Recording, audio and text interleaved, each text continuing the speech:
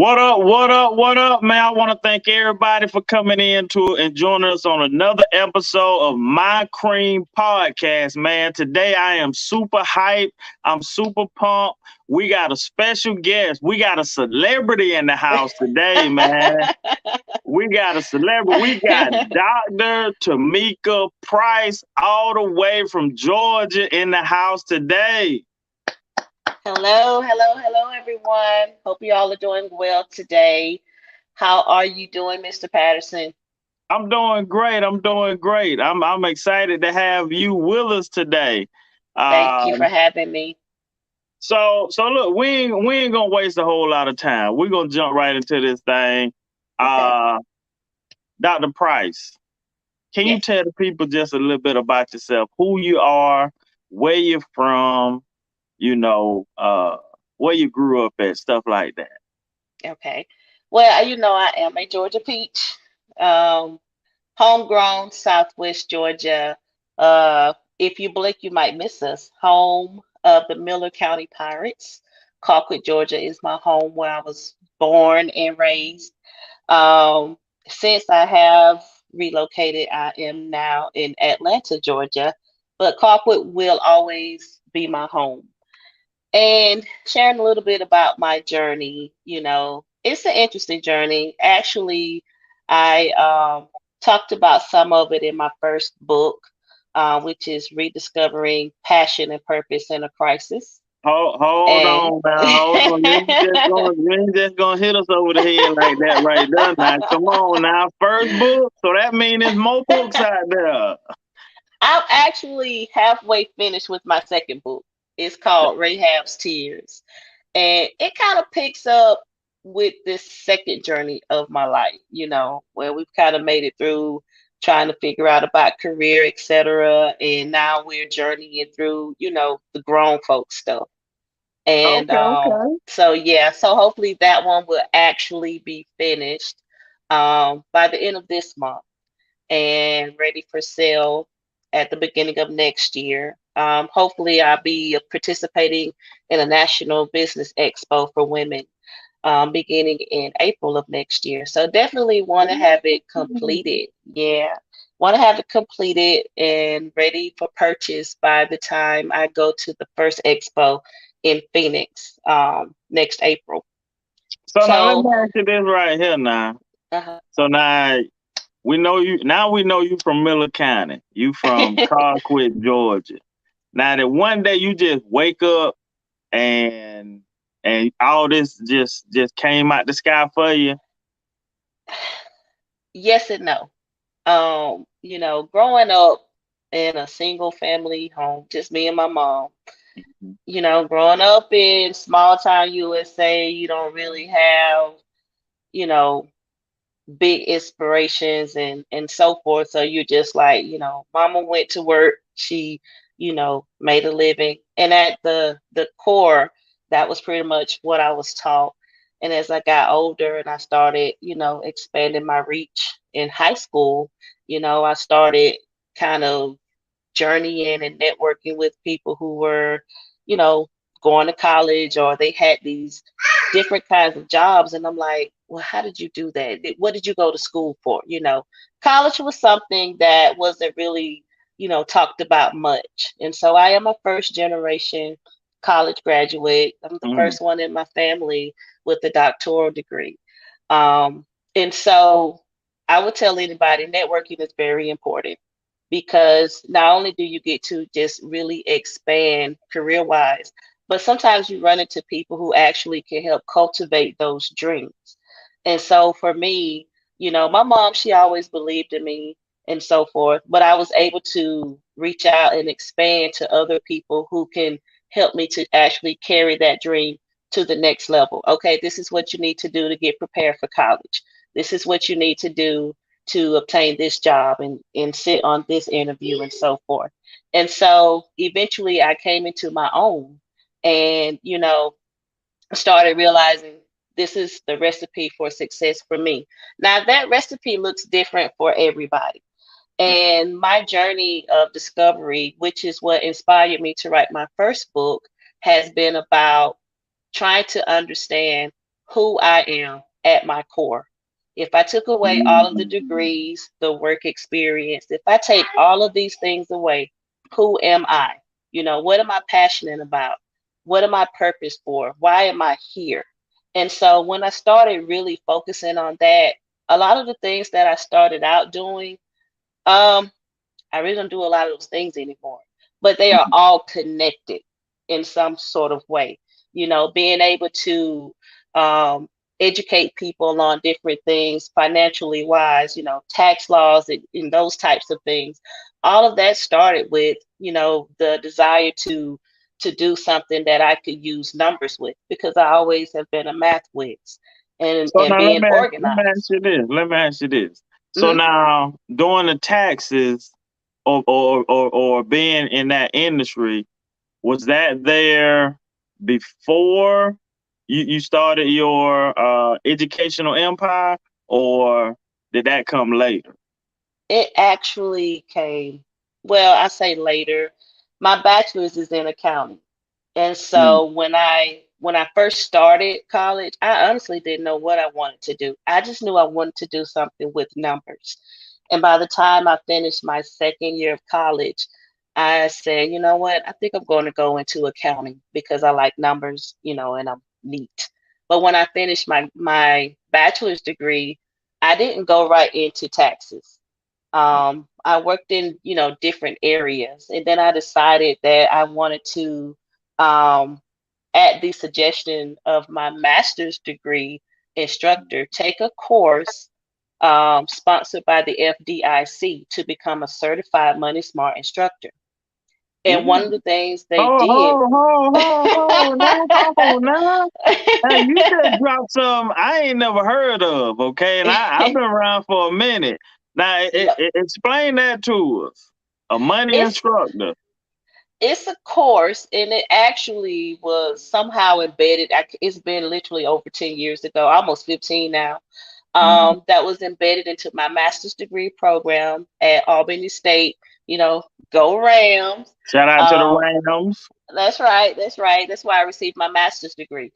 And one of my professors suggested that I actually take this course called, I think it was actually called FDIC Money Smarts.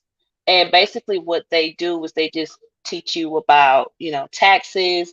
Um, it's basically like an economic course on personal finances.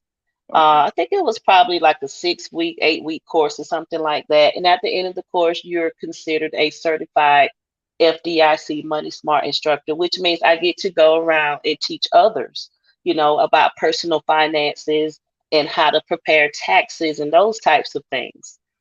And so that's how I actually got into wanting to actually do taxes. And, I was already pretty much doing my own taxes. But, sometimes when you grow up in an environment where all you've been taught is to go to work and get a good job, keep that job, retire that job.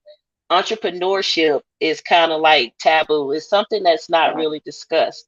And so I just stuck with being my own personal tax preparer. I actually did not step into that arena until probably about 10 years after my certification as an FDIC Money Smart instructor. But by Now, that time, let me ask you this now. mhm, So now you step into that arena. Now, have you finished the masters at this point? at this point, I had finished the master's and I was actually a tax auditor for the state of Georgia. And so I had literally been a state auditor for probably about 6 years, before I decided I want to step out and I actually want to become a business owner preparing taxes for other people. And Okay, so I so you just working for the folks, and you gonna come back and help us folks. right, right. So now I'm able to, come and drop some real knowledge in your ear because hey, I'm on both sides of the spectrum now. I know what your taxes need to look like because I'm the one that's going around auditing the taxes. And so I decided, to step out on faith. And I was an auditor and I was a tax business owner for years before I just truly decided to pursue my tax business full time. It was a journey, you know. I wouldn't just tell anybody to just jump out there into entrepreneurship full time because everybody's journey is different. But for me, I felt like that was something that God was truly calling me to do. And that was So, kind of like so, my process. so let me ask this: what gave you the confidence? So, cream is confidence rules everything around me. Okay, Hmm. and cream it's a three-part series. Confidence rules everything around me. Coaching rules everything around me. Christ rules everything around me.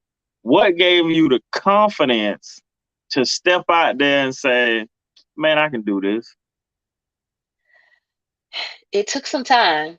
And honestly, I was literally sitting in my chair one day. I was working from home and I was Mhm. like, God, this is just not fulfilling. There's got to be, something more for me. And so I was just journaling, on my tablet, and I was actually listening to an episode, sermon on television, and it was like a light bulb literally just went off in my head. You need to Mm. open a tax business, like literally. I can't even really explain. Um, and at that time, I think my confidence was there because sitting in my chair that August of 2014, I Mm. decided I wanted to open a tax business. In January of 2015, I opened my tax business. And so I think over the years, building up that confidence was something that took a lot of time for me. Being able to go out though and audit, big business clients and so forth, and sit down and being able to actually converse with them one on one, it built my confidence.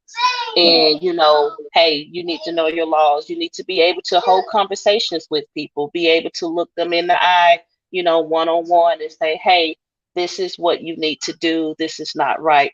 All of those things took time for me. And I really felt like working with the state is actually what built up that confidence in me to be able to step out on my own. Because now I was bold enough to say what I need to say and do what I needed to do. And when I thought of the idea, I think that was kind of already in place. Wow. So now you open up the tax business. Was there anybody? Did you have a mentor? Did you have a coach? Was it somebody that guiding you along the way? I think that my godmother, she was very instrumental in just, helping me to actually, just be confident. She was a business owner herself. And so she knew the challenge that I was facing as far as, wanting to opening a business in a small town where everybody knowing you was actually more of a challenge than people think. And so just being able to actually have somebody to kind of coach me, not so much as on the logistics of it, but just to keep my head in the game and to help me to stay confident and stay the course. Because when you're starting out, 50% to 75% of businesses don't make it through those first 3 to 4 to 5 years. And Right. so those are your challenging years that really challenge you and test your patience and what you really have, or do you have what it takes to stay in the game. And so just, her being on my side, keeping me, hey, just stick with it. You got this, don't give up. Of course, it's hard. Anything new, it takes time. And so I think, her having her business acumen and just being spiritual, that really helped a lot. Okay, okay. So now let's do a recap. So Hmm. you from Southwest Georgia, you from Miller County, Hmm. you graduate, you go to you went to Albany State first, right?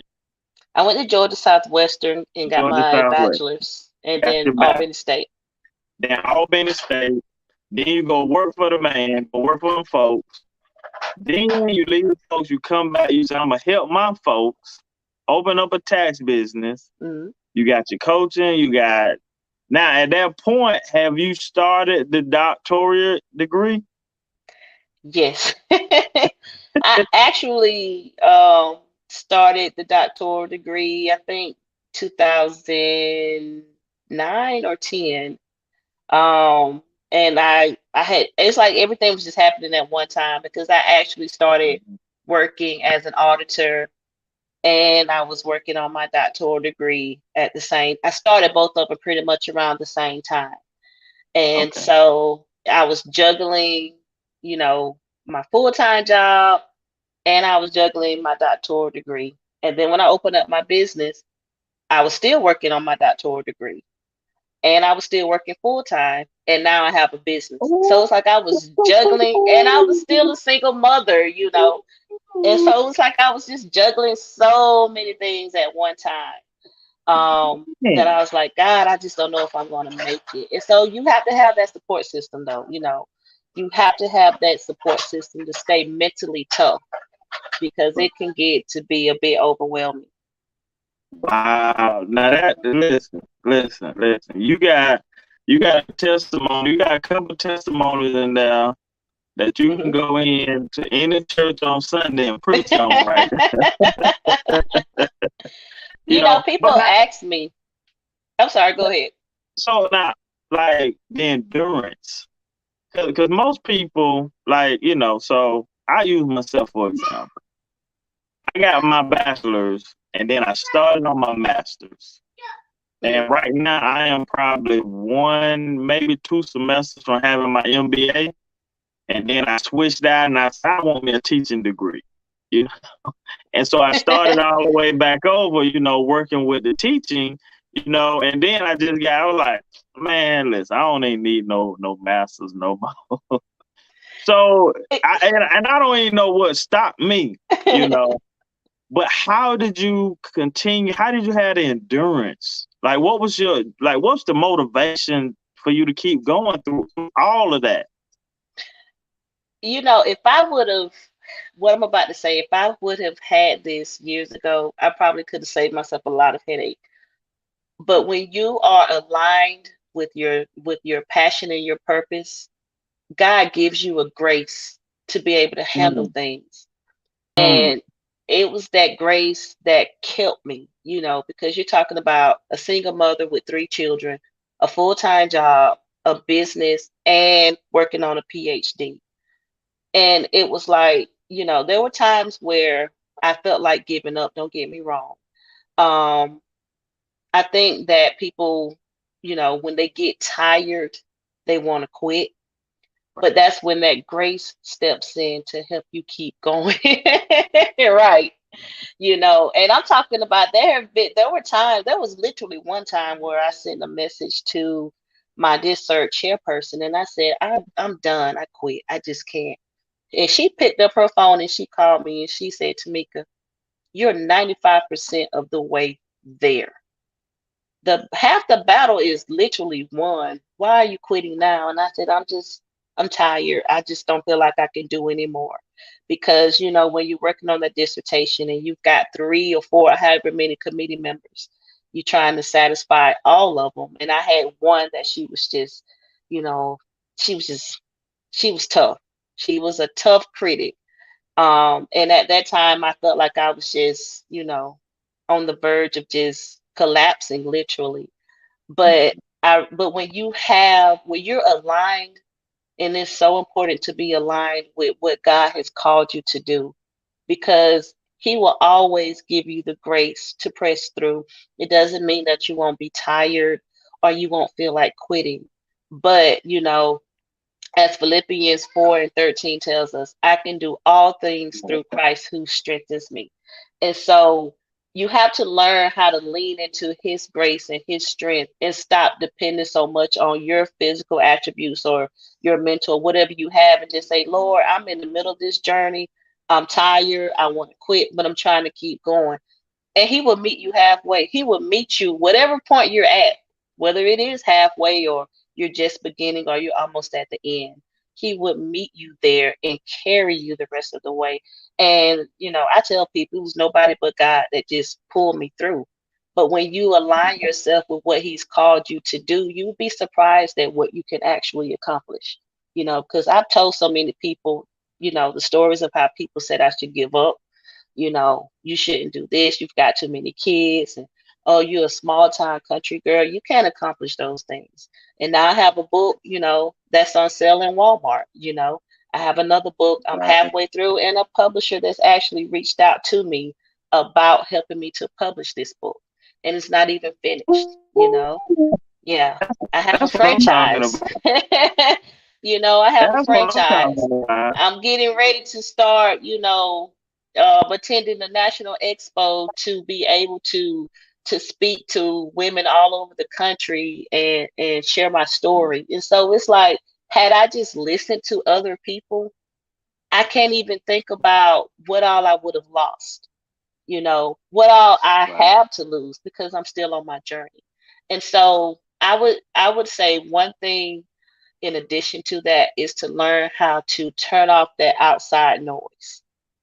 Because Mm, most people that are telling you what you can't do are only telling you that because they don't believe they can do it. And so if you right. settle with that, then you'll just be two people, crabs in the bottom of the bucket, just pulling other people down because you don't see how you can get out of it. Right. And so let me ask you this right here. So I constantly talk to people about, I just talked to my daughter about it this morning.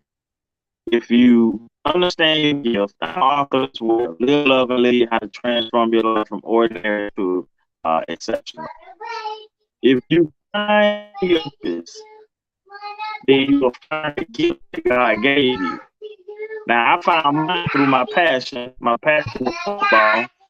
I started coaching, and I thought, well, oh, that's what I'm here for, coach football.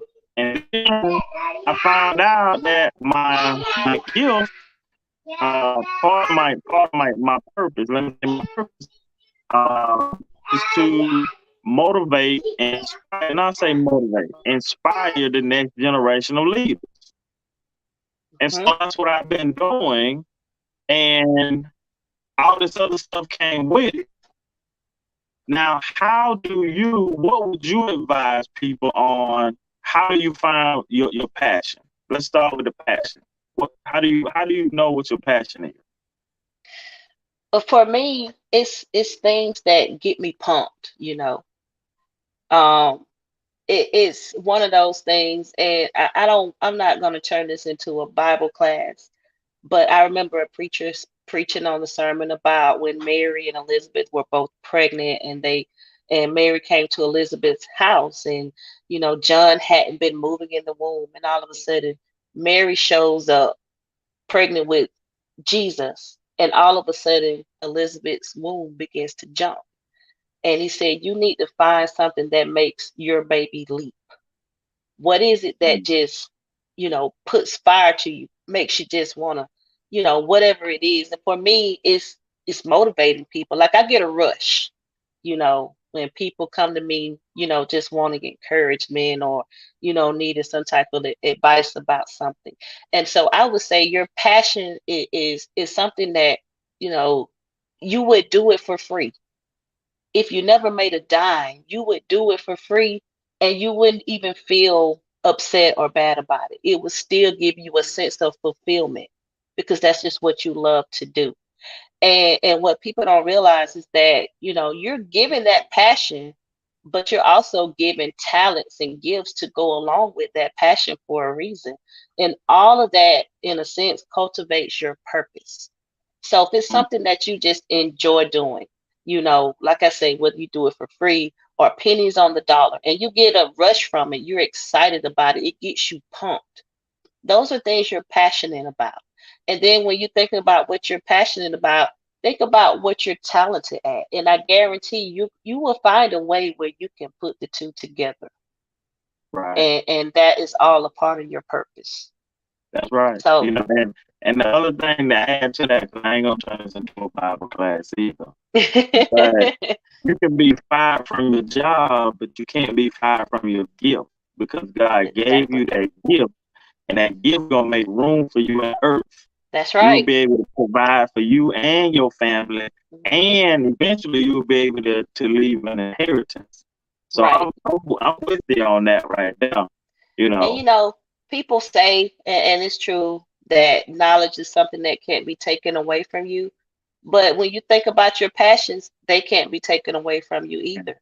What you're naturally gifted with, it can't be taken away from you either. So that's why I like to say strip yourself down to the core. Take away the degrees, all that stuff. That makes you who you truly are, at your core. Because even if you don't have the degree for something specific, you still have the passion for it. You still have talents. And so I think that a lot of people, especially this younger generation, they're so focused on, oh, I just want a job that makes a lot of money.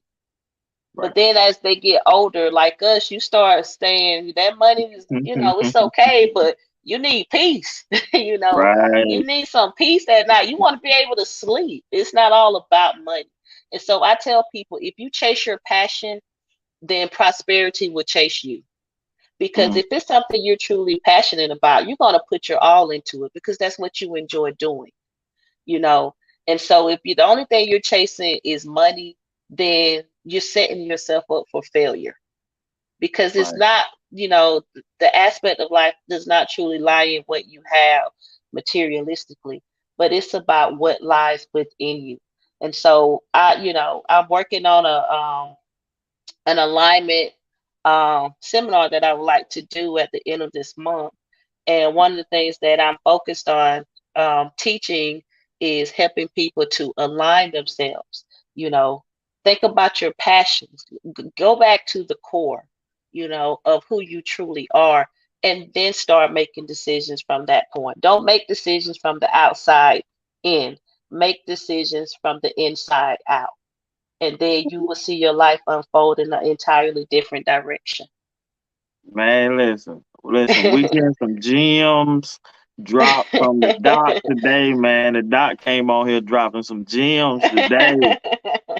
So, doc, let me ask you this now. So, we, you got. So let me recap. You got tax business, author. You're doing a national tour. You got the seminar at the end of the month. Hmm. Now, how do you find the time plus mom? Okay, Yeah. how do you find the time to make all this happen? Ugh, s- scheduling as best as I can. I try to stick to a schedule. I try, but it's so much going on that it's like sometimes some stuff just got to get in where it fits in. But I have to have a reminder. I have reminders everywhere, sticky notes, my cell phone.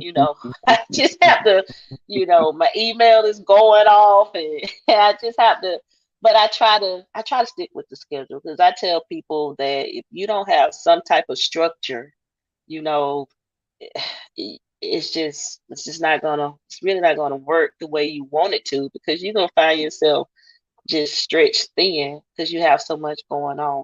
And then one other thing is I try not to overextend myself, which is probably like you got a lot going on for somebody that's not overextended already. But I try not to overextend myself too. So Okay, okay. it's like you Now, just have to know your capacity. right, right. I'm with you on that. Now we got this season about to come up, and I know it's about to get real hectic for you. So I'm glad I could get you on. So we got this tax season come up. What do you want people to know that they need to start doing right now in preparation for that? Ugh, briefing yourselves. I always tell people, don't depend so much on your tax preparer. Some things you definitely want to know for yourself. And this season coming up is going to be different because so many, tax laws have transpired throughout this year. And so I like to tell people just brief yourselves. You don't have to actually know it verbatim, in and out. You have to know it in your sleep because some of it is Greek. But I always tell people to just at least know a little bit of it. Just kind of prepare yourselves because you don't want to sit down and you're thinking you're going to get this astronomical refund and you find out, oh, well, this is all I'm getting. For instance, with this advanced child tax credit, some people were getting the advance throughout the year. Well, July through December, this is the last month to receive it. which means that their refund next year will be reduced dollar for dollar for the amount that they actually received this Mm. year. So when you file your taxes in 2022 for the calendar year 2021 and you receive those credits, then your refund will be reduced by whatever dollar amount you actually received in the calendar year 2021. And I don't think a lot of people, are quite understanding that. Most people just see, hey, you can get some of your money now. Do you want it? But they don't read the fine print. And Right, so I like to tell people just kind of verse yourselves on some things, just glimpse the IRS website, or they put a lot of good information on their Twitter page also. And so, you don't have to know everything word for word, but you do want to just know enough. right. Okay, okay. So now, what would you advise people on how to choose a tax preparer? I What should think they look for? a lot of people actually use word of mouth. Most of them are, "Hey, girl, who did you let do your taxes this year?" or whatever. So I would say if you're going to go that route, at least let it be someone that you trust their opinion. As a friend of mine used to say, "I trust who you trust." Let it be someone that if you're going to get opinions from other people, let it be someone that you would trust whoever they recommend, because this is your personal information that we're talking about here. You can also check credential information on the IRS website. It will at least let you know who's actually authorized to e-file taxes. You can check reviews on Google. Some are on social media. Some have websites. You can go to those websites and just kind of look at some background on the person that you are potentially selecting to do your taxes, or you can Mhm. actually call them and just ask some questions maybe to see if they're knowledgeable about taxes before you just decide, hey, I'm just going to go here.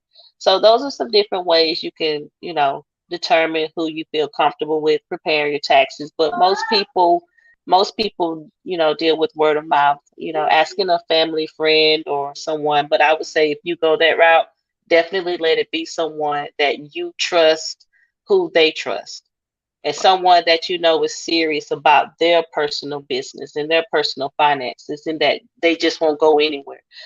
Some people like to hop around from tax office to tax office year after year. I would not recommend, just actually um, depending on their opinions, because they don't really know. They're just kind of hopping around. So that would be my suggestion. But research is very, very important. Research to get to know them for yourself. Okay, okay. So now let me ask you this. Okay, so Hmm. that's for the personal. Now let's get over here Hmm. to them entrepreneurs. Okay, 'cause that's where the loan work gonna fall Right, in. Okay, right. I don't file, like, we don't file our taxes. My wife and I, we don't file our taxes until April 14th at 7 p.m. That's when, I and understand. and if we can, we looking for an extension. So Right, because right. we already know what's about to happen. But for entrepreneurs, give them three things that they need to do before walking into that tax office. You need to research who's doing your taxes. Number one. Number two, make sure you have all of your tax documents. And number three is very, very important, which is something you need to do all year. Keep up with your expenses. And I put an asterisk by that and say, get you a business account and keep it separate from your personal. I can't tell you the number of people who have one account, one bank account, and they're doing everything out of it. And so when somebody like me is sitting down going through these bank statements, we're having to cipher through, what's personal and what's business. And you end up missing out on a lot of credits, because some of it is kind of substantial. We don't know for definite if we can actually use that, because we Right. don't know if it's personal or if it's business. And so keeping your finances separate is very, very important. That's probably at the top of the list, because if you would do that, then you would save yourself a lot of headache, and you will make it easier for whoever is going to prepare that return as well, to make sure all of your credits are available, all of your deductions, everything you're eligible for. It makes it Mm-hmm. a lot easier to find those things when you're organized. Keep up with Mm, it and keep it separate from your personal stuff. mm. Now that's running a business right there. Keeping it separate, keeping it Yes. separate. Okay. As let me just add this, as a former tax auditor, the easiest way for business owners to actually to lose money, actually to be defrauded by um, their own personal, accounting or whatever, is because they don't keep up with anything. And so it's best to stay on top of your finances.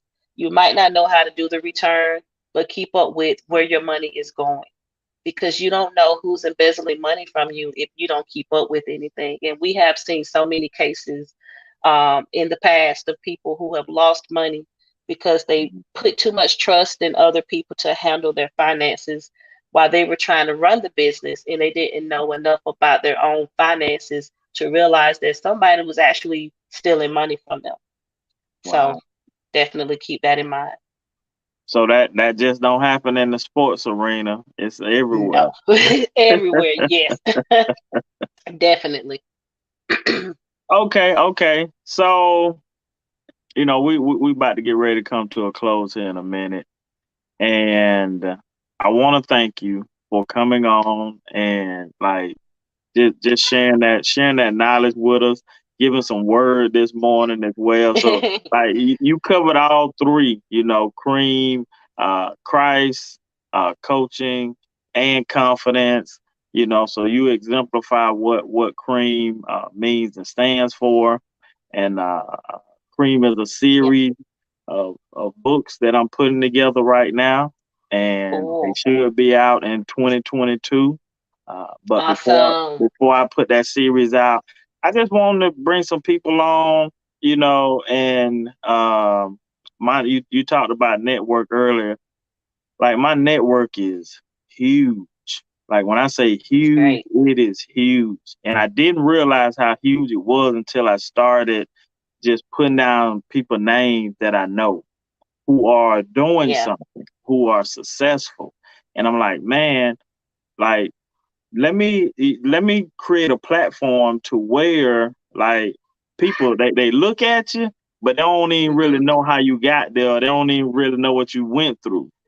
And Right. sometimes they'll be like, sometimes I've had people to say, uh, like, oh, you in coaching? Oh, I can do that. And it gives them the confidence, and so I don't know Hmm. who's gonna see this episode and be like, man, if Dr. Price can do it, why can't I do it? I'm Right. I'm from I'm from Right. I'm from Colquitt, Georgia. I'm Right. about to graduate high school. Why can't I do it? That's You right. know. And so I'm That's I'm right. glad you came and you blessed us with that. Any last words or last advice or anything like that you want to share with the people? Uh, well, I will say, if it's something you want to do, don't allow other people to talk you out of it. If you feel that this is something that God has truly placed in your heart, go for it. As I stated, had I said no or turned around because of what other people said I couldn't do, I wouldn't be on this journey now. I wouldn't be where I am today. I would not be, headed in the direction that I'm headed in. So if it's something you want to do it. Stay true to you, because in the end, you don't want to live your life and get to the end of your journey and think back on all of the things that you wish you would have done. You want to leave life without feeling like it still owes you. You want to leave life knowing that it owes you nothing, that you put it all out there, you put it all out on the line, and you don't regret anything at all. Just live life with no regrets.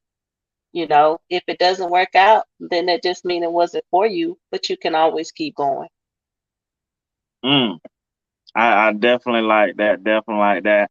So, Dr. Price, tell the people where they can find you at. Where's your tax business located, and where can they find you on your social media platforms? Okay. Tax business is in Colquitt. I'm everywhere. 75, Interstate 75 is probably my home. I'm in Colquitt, Georgia, on Highway 27. You can locate me on my website at www.pricetame.com. That's PRICETAME.com. I have a podcast. It's called The Reflections Podcast, a She-Grown experience. On Anchor, Spotify, Google. You can also find me on Twitter and Facebook at Dr. TT Price. And, you know, I'm just here. One day I could say I got a wiki. You can find me on my wiki. All right, so hey, everybody just find out where you can find out the price at. Please hit the like, the subscribe, and share Yes. button.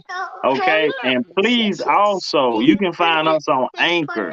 Like I ain't gonna lie, I've been flipping on Anchor, but now I'm all over Anchor. We're on Spotify, we're on iTunes. I think we just got on Buzzsprout. I believe that's the name of it. But we're Cool. on Facebook. You can find Michael Patterson, or you can go to the Impact Media channel. You can find us on Instagram. You can find us on Twitter at Coach Pat239.